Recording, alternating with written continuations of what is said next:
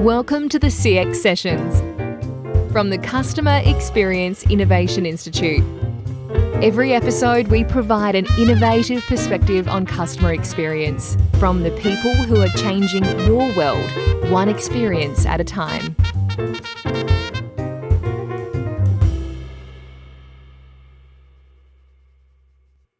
Welcome back to CX Sessions from Melbourne, Australia. I'm your host, Simon Chris, and joining me today from the beautiful city of Wellington in New Zealand is Nigel Piper. Nigel is the Executive General Manager for Customers at Xero software company that I'm sure most, if not all, of the listeners have heard of.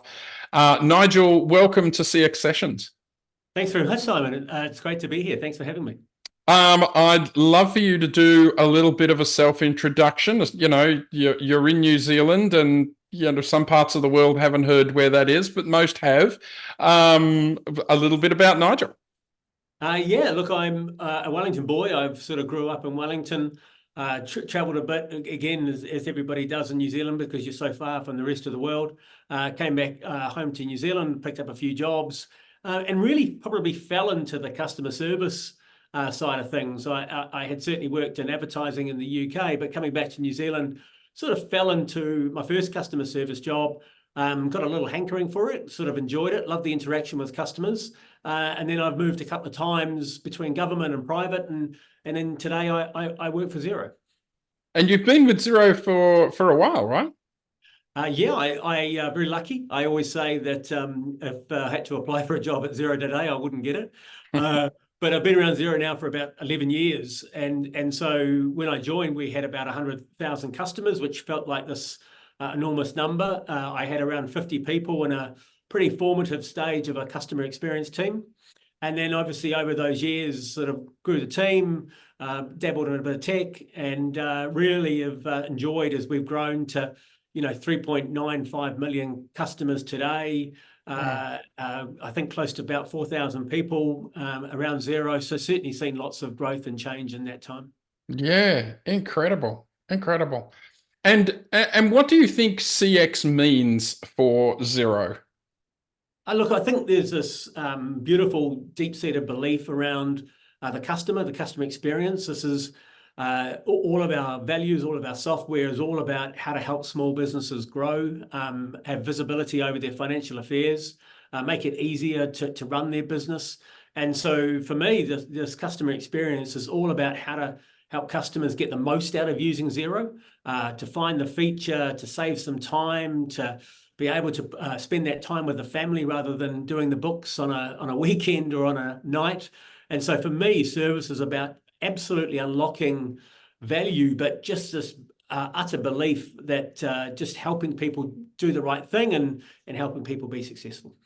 Okay, and as a software as a service, product as a service, has that affected your channel mix, how customers interact with you, things like that, or is it still very much a traditional voice-based call center, blah blah blah, or what's going on there? Yeah, look, a little bit different at Xero.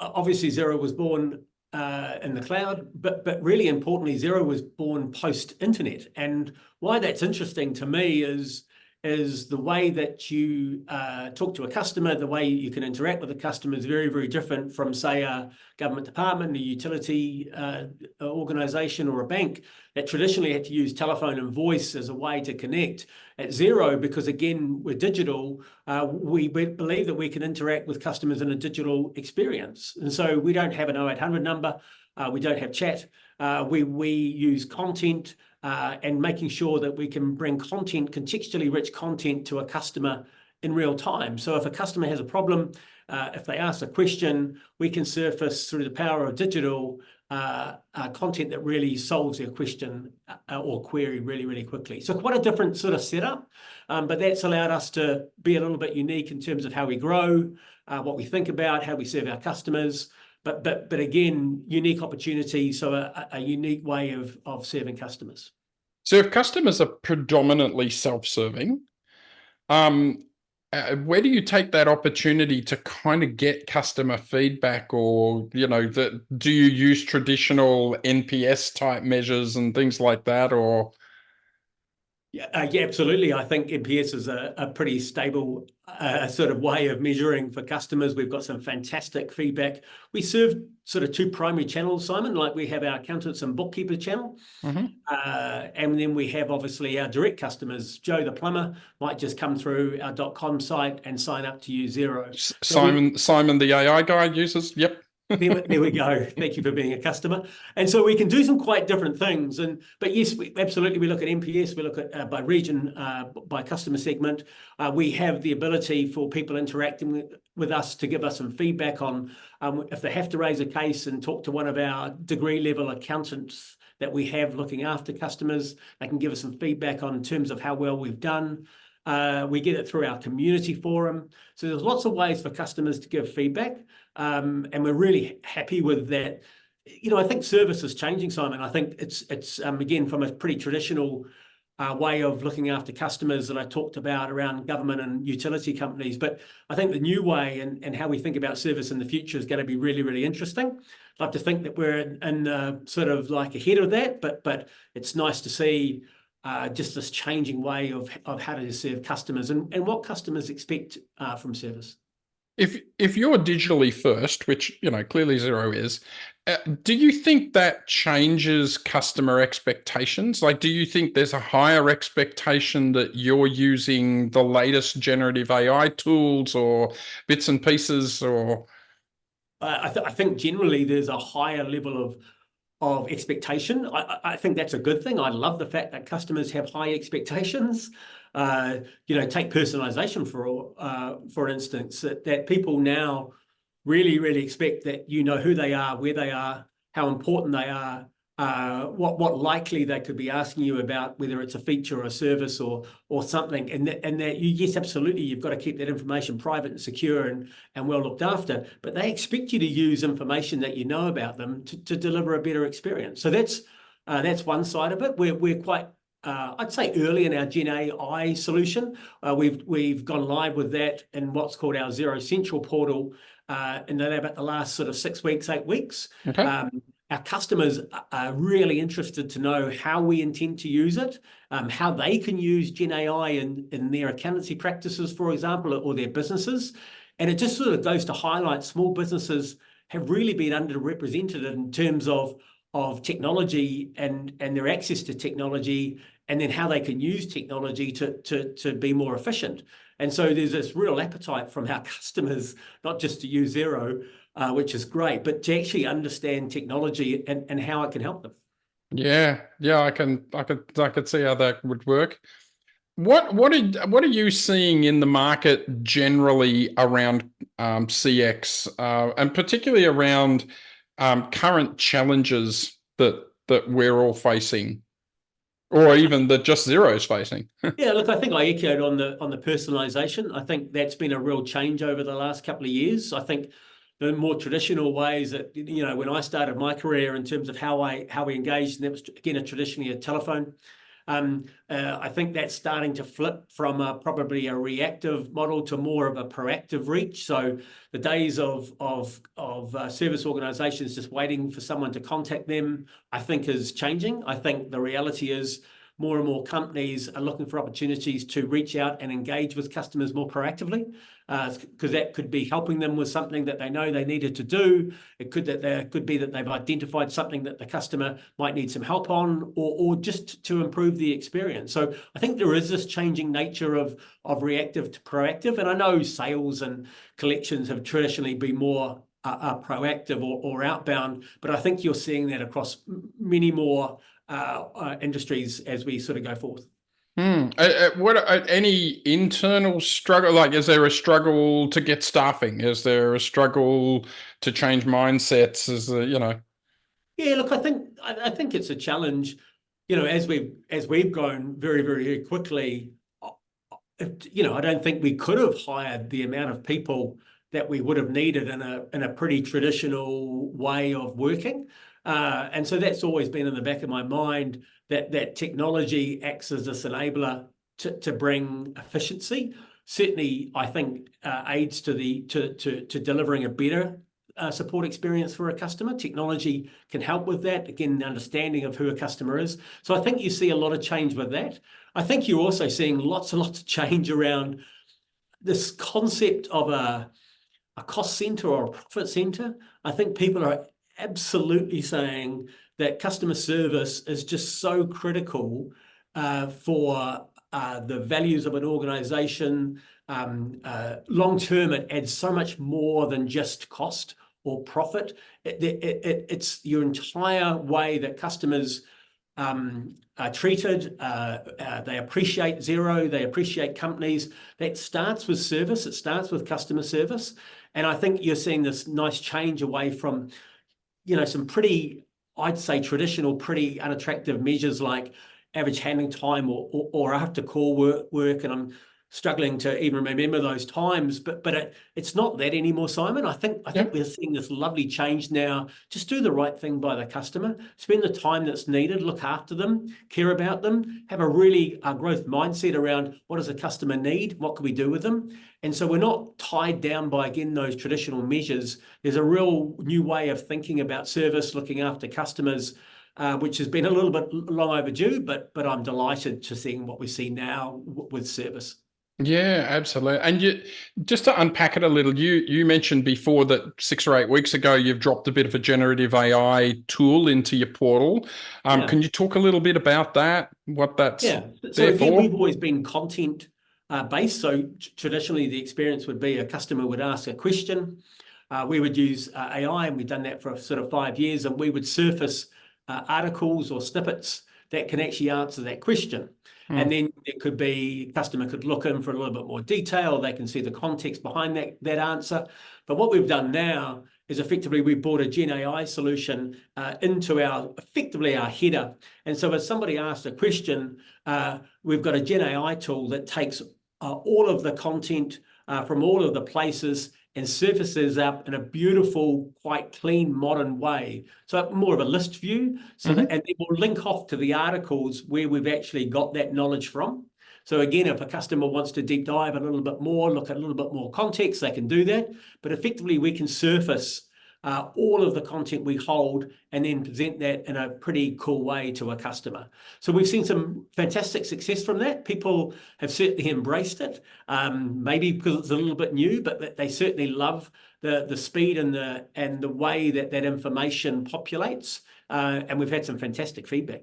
Yeah. Do you see that? And before you mentioned personalization, and I love the concept of mass personalization. I think it's something marketers have been talking about for about 25 years, but now it's finally a reality. Do you see a day where your Gen AI solution and your mass personalization comes together, as in I'm Simon, and so when I ask a question, it presents the answer this way because it knows that that's how Simon likes to consume his information? Well, I think you're absolutely on the money, Simon. I think that's where we can do some quite unique things today. We certainly know, like I say, when someone's authenticated, we know where they are in the world. We know what sort of features and products they're using. We know what they've asked us about previously. We know what's due. And so we do have some levels of personalization where we can do that. I think certainly if you think about the future, there is amazing opportunities to use the power of technology to change the experience even more. Like, I don't know, maybe in the future, a company can reach out to somebody and remind them on something that is due or something that's coming up, and then you've got the power of actually helping surface perhaps how to do that. Well, we've got a video on that. You can have a look at that. There's a lot of power that you can bring with that individualization that you've talked about. I think it's inevitable that's where companies will go. And again, I think the power of tech can start quite small. It's not table stake. It's tickets to the game. The more exciting thing is now what you can do with Gen AI over the next sort of 3-4 years, I think is really exciting. There's a little bit of a warning with that, how you to protect information, how you protect people's data, how you're respectful of the information that you know is just the holy grail of Gen AI. The ones that look after and protect will be the ones that can be successful. And I'm very conscious that companies have to do the right thing by the information that they hold. Yeah. Yeah, I was talking to someone just recently who said that they've started using it, that proactive outbound, for those customers that they know, give them a phone call 2 or 3 days after the billing cycle is like that, after the bill arrives. And so they're calling them a week or so before to say, hey, look, your bill's coming out, it's coming. Just remember that this charge means this and this, and trying to proactively Well, get what a some of great that stuff example. done. What an amazing example to use. And again, that's just quite creative thinking. I think, again, in service and support, you're only limited by your own imagination. And there's things that you can do to absolutely look after customers. I think the challenge with support in any company is still about growth, Simon. That's really interesting. I think most people listening to this can solve today's problem or the problem they know their company is facing. But of course, the hard bit, the challenge is solving the service and the experience that you want to give customers, in 2 years, 4 years, 5 years time. That's the sweet spot that companies have to get to. But that's the fun bit. The fun bit is imagining what service looks like in 2 years, 4 years, 5 years time. That's I think, the bit that will really challenge and allow companies to be even more successful. Yeah, absolutely. To switch gears a little, I know, New Zealand is known for the rings and Lord of the Rings and stuff, but if I asked you to look into your crystal ball and look forward those few years, whether that's 3 years, 5 years, whatever, what are you seeing coming in the future for CX? What are the CX leaders need to be thinking about for the future? And I've touched on a couple of those things, so we'll just delve into that a little bit more. Again, it's not what you're trying to solve today; it's what you're trying to solve in the future. That feels like a throwaway line, but there's a lot more depth, hopefully, behind that statement. Is I think the future experience you want to give to your customers starts today. You can't wake up and sort of, at the 11th hour and say, hey, we need to change. I think, again, the companies that change and can predict what the future looks like for their organization will be the ones that be successful. And that comes down to, again, the experience you want to offer, the tools that you think you can do. Can you grow at the rate that you need to grow in a really sustainable way? Or do you need to look at technology as an enabler to bridge that gap? So that's part of it. I think, again, I've touched on personalization. What's the experience your customers will expect? Just as importantly as what sort of service do you want to give your customers will be critical. I don't think Gen AI is a fad. I think you'll see the continued growth of that, not just in service. Many industries will be affected by Gen AI, but I don't think people should be fearful of that. I think people should embrace how technology allows them to grow, to change the way they, again, deliver their experience, scale, and how automation, I've talked about support, I've talked about our content, but this is still about a world-class support experience. This is still about this utter belief that we want to look after customers better than anybody else. We want to do the right thing by our customers. They're incredibly important to us. And so I think any organization has to strike that balance between the power of technology, the modern way we see now Gen AI developing, the scale and automation issue, and then again, the experience that customers expect and what you want to deliver. All of that, I think, shapes to quite a powerful future, quite a really interesting change for companies. And again, we've seen some pretty traditional ways in the past of thinking about service, and that utter belief that service is not a cost center. It is the way organizations will engage with customers, will reach out to customers and be known by customers. You get that right, I think many parts of your organization will do incredibly well. You can make mistakes. Customers will forgive you.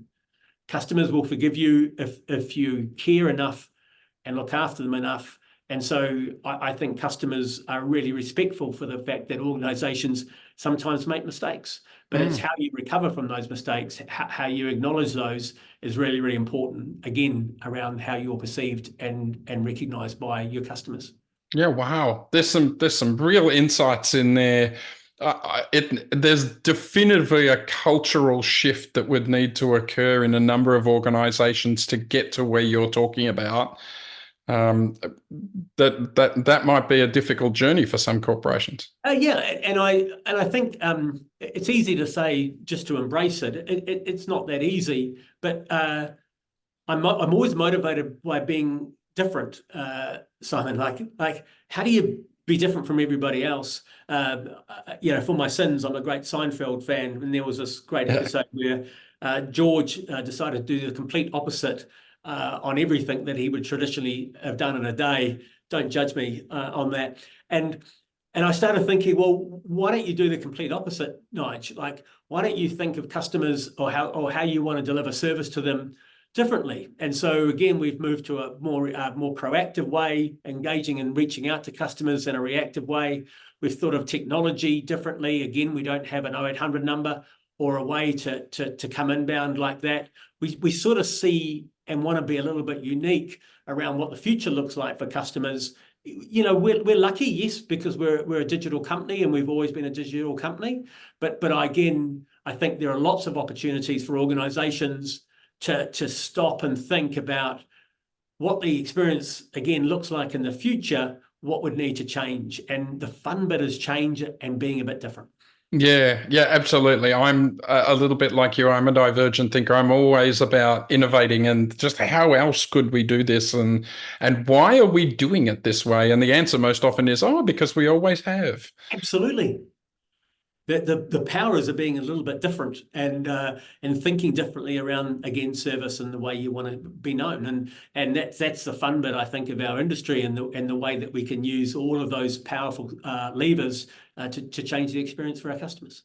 Fantastic. All right, I'm going to shift gears again and go to 3 questions as we start to wrap up that I love to ask everybody. Okay. And the first one is, what makes a great experience for you? So Nigel's down the street buying, bread or doing whatever, or wherever you are, whatever you're doing. What makes a great experience for you personally?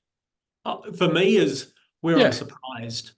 And for me is if someone delivers an experience, and I had a recent experience with a hotel, and they surprised me in the way that they reacted to something that I asked them. And I thought, wow, what an amazing experience that they gave me, because it surprised me. Maybe my view on a hotel was probably therefore not valid, but I just found what they did and how they responded, that they actually listened and they surprised me with their response. And so every day I think about, how do we surprise customers? How do we think of different ways of interacting with them and just going a little bit above more than they may be expecting? I love, again, being a bit different. I love the idea of a surprise and delight concept to an experience, and that's a bit that gets me. And with this hotel one, I've got to ask a follow-on. Was it an big and expensive surprise and delight, or was it a simple, small, but wow? It was the simplest are the wows. One, they acknowledged it. They genuinely, it was a minibar charge, but I didn't consume. But not only did they... Sure, you didn't. Not based on the prices of minibars and hotels, Simon. So you've got me. But it was just the way they responded to it. Absolutely. And then they just surprised me with just the acknowledgement of how they train their staff, what they'll do as a result of it. And I just felt that they went a little bit above and beyond. I was genuinely impressed. Yeah. If I may self-indulge, I had a similar thing recently. I booked a hotel for my daughter for the night that she flies out. She's going on a holiday with her husband, and they haven't had a holiday since they had kids, and it's her 30th birthday. And, so I booked the room, and then I rang up to just kind of say, look, it's not going to be me staying. It's going to be my daughter, and blah, blah, blah. And I happened to mention, look, it's going to be it's the night before she flies out because it's her 30th birthday and she and her hubby are having a long overdue holiday. And the woman on the phone came back and said, oh, it's her birthday? great, we're going to upgrade her to a presidential room. Like, just, I didn't ask for it, and it's just the most amazing, simple surprise. Surprise and delight. What Yeah. a lovely way to recognise and feel special about that experience. How cool is Yeah. that? All right, second question, and I think I kind of know where you're going to go with the answer on this one. If you could go back in time and give your younger self some great advice about CX or about the journey in CX, what would that advice be? I'd say any conversation with a customer is easy. And I'll say a disgruntled customer or a customer that's upset with you. I think any conversation is easy as long as you have a mindset of being kind and curious. The hardest conversations are actually the easiest conversations. So that would be the first thing. Certainly from a career point of view, I know we're not going there, but I would say I'm responsible for my own career. Nobody's going to tap me on the shoulder. And my employers will create this wonderful environment and culture for me. But as an individual, you have to look for opportunities and look to grow yourself. Others will help you, but it comes down to you as an individual. Yeah, I love that. I love that thinking of kind of driving things yourself. Often I hear good things come to those who wait. And I kind of feel like there's a second half that goes, yes, but it's the leftovers from those that went out and got what they wanted. So I think you're right. You need to step out. All right. The third question is, what book or podcast or TV show or what's influencing you right now? Look, I'm on a little bit of going back and reading a whole lot of non-fiction at the moment. Fiction at the moment, and John Grisham is a whole chapters of books on that. But so not quite sure I've hit the mark on the answer. But I will say the book that I constantly keep going back to and rereading is a book called Maverick by a guy called Ricardo Semler. This goes back to late 80s, Simon. And this was the guy that probably challenged me to be different, be unique. He ran a manufacturing company in Brazil called Semco. He was the first innovator of everybody knew each other's salaries. There were no desks. The staff decided what to work on, unlimited holidays. It was a very heavily unionized company, but he took away all the guards off the doors and trusted everybody just to do the right thing. He was, again, maverick in his thinking. And it just got me to go, wow, you can be really different. The funny thing is I probably bought about 10 or 12 copies of this book over my time, but I keep on lending it out to someone saying, you've got to read this book. One, I can't remember who I've given it, and two, I never get it given back. And so I've even hunted on Amazon just in the last week to try and find another copy. But again, that you read a book and you go, just that wow moment of wow, that changes everything I thought was true. And again, this is late 80s when this first book came out. Yeah. So I've lived this life for a while of just thinking, trying to be a bit different. But he was the guy that challenged me to think differently. So he's my go-to. Wow, that's awesome. Well, look, this has been an amazing chat. I love the way that you're approaching CX is maverick in its own style. Not surprised that would be your favorite book. But it's been a great chat, and thanks for sharing the time with us. It's awesome to be here. Love the questions, and yeah, thanks very much for your time. Great. We'll chat again soon. Thanks. That's it for this session. Let us know what you think or recommend someone for a future session at cxii.com.au.